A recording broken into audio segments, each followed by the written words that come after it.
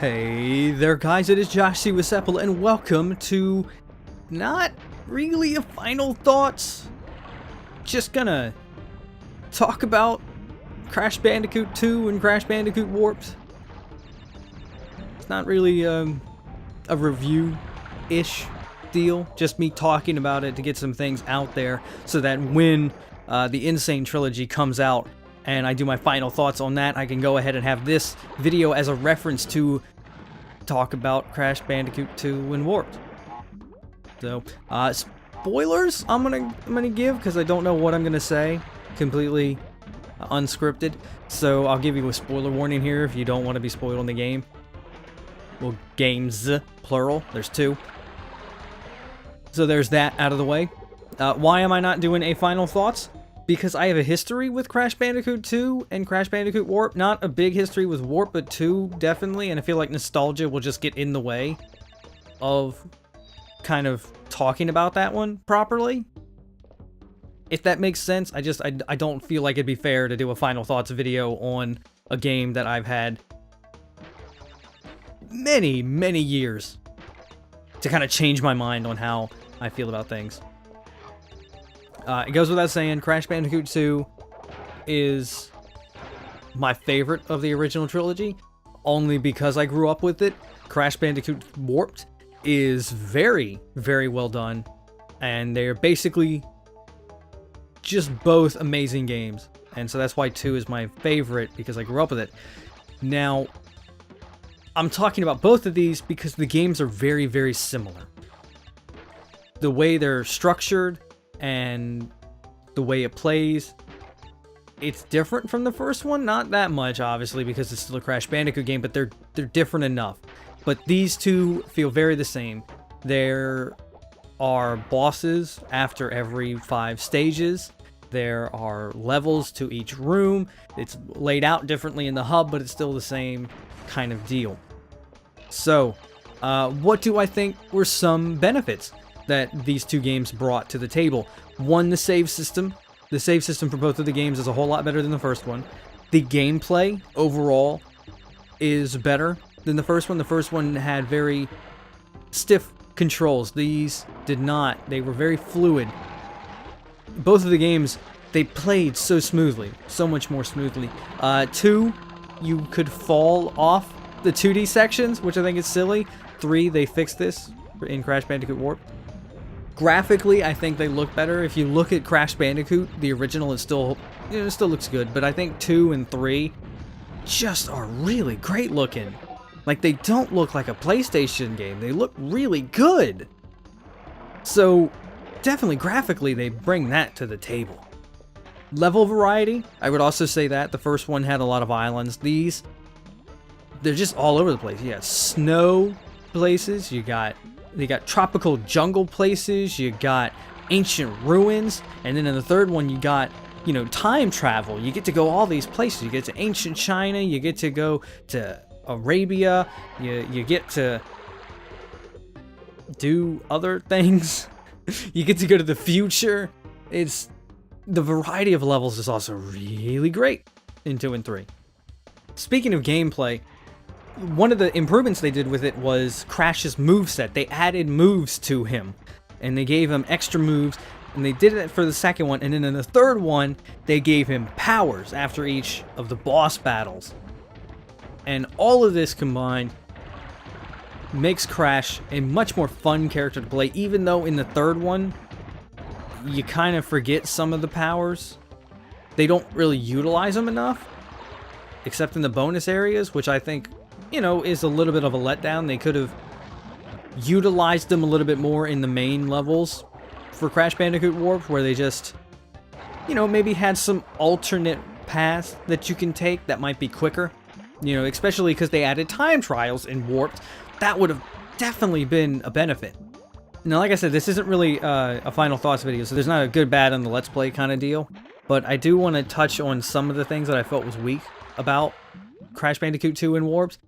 And both of them, the bosses are kind of weak. They don't really have impact, if that makes sense. Because they're very, very simple, they're over with very fast, and there's not a whole lot of depth to them. But to be fair, they weren't really that deep in Crash Bandicoot 1 either. But still, they were just kind of there. And it wasn't really this great thing. But it's not too awful, because the meat of the gameplay is still just amazing in Crash Bandicoot 2 and 3. I'm going to keep calling it 3, because that's what it is. It's Crash Bandicoot Warp, sure, but it's got the little clock, it says 3. We're going to stick with it. It's Crash Bandicoot 2 and 3.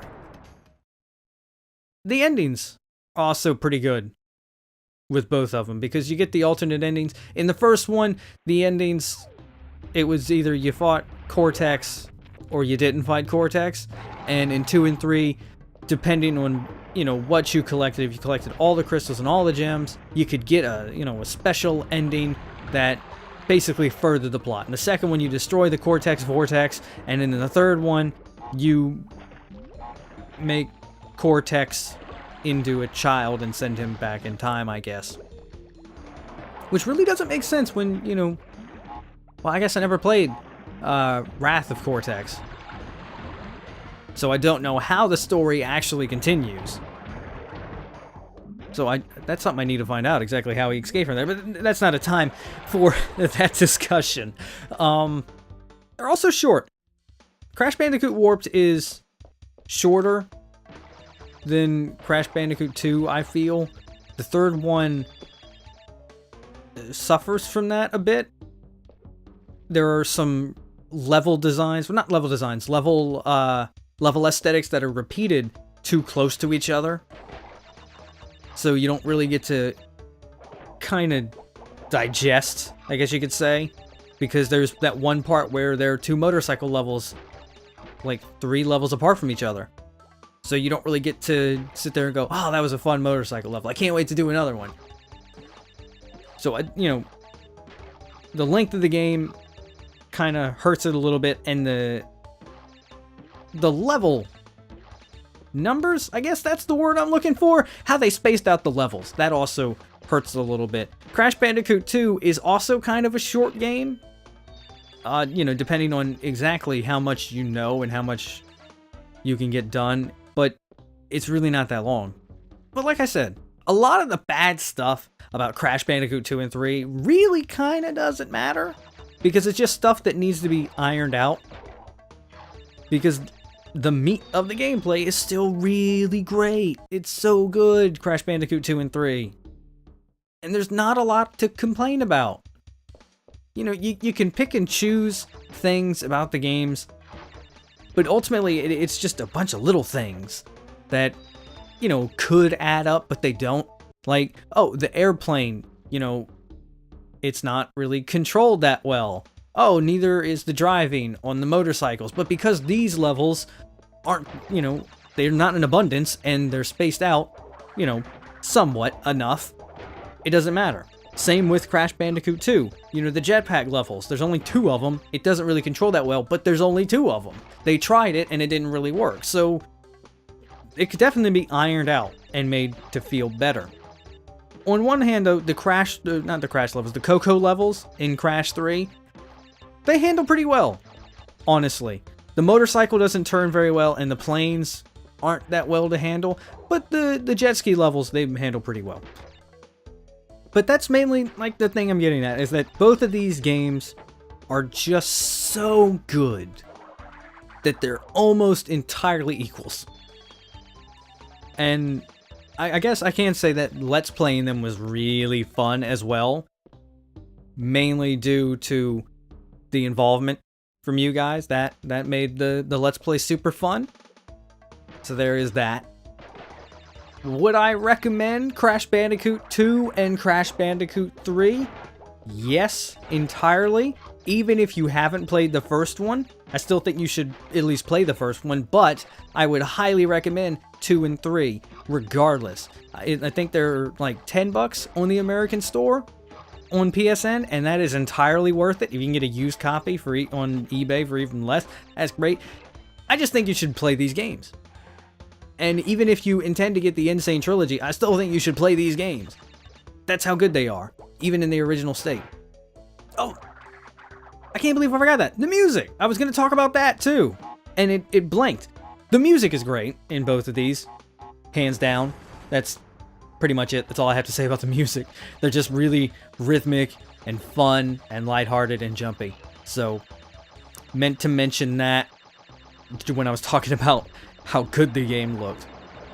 But that's pretty much it. Just wanted to get my thoughts on Crash Bandicoot 2 and 3 out there in video form so that when Insane Trilogy comes out, I can actually talk about Insane Trilogy and then do like a little comparison thing about which ones I think are the better version, because I plan on doing that.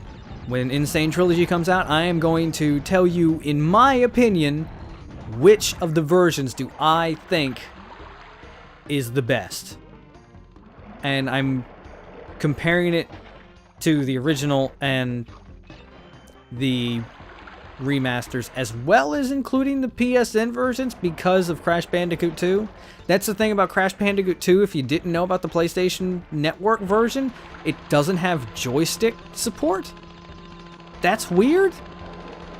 So if you are going to get Crash Bandicoot 2, I would probably recommend getting the Crash Bandicoot 2 on disc first.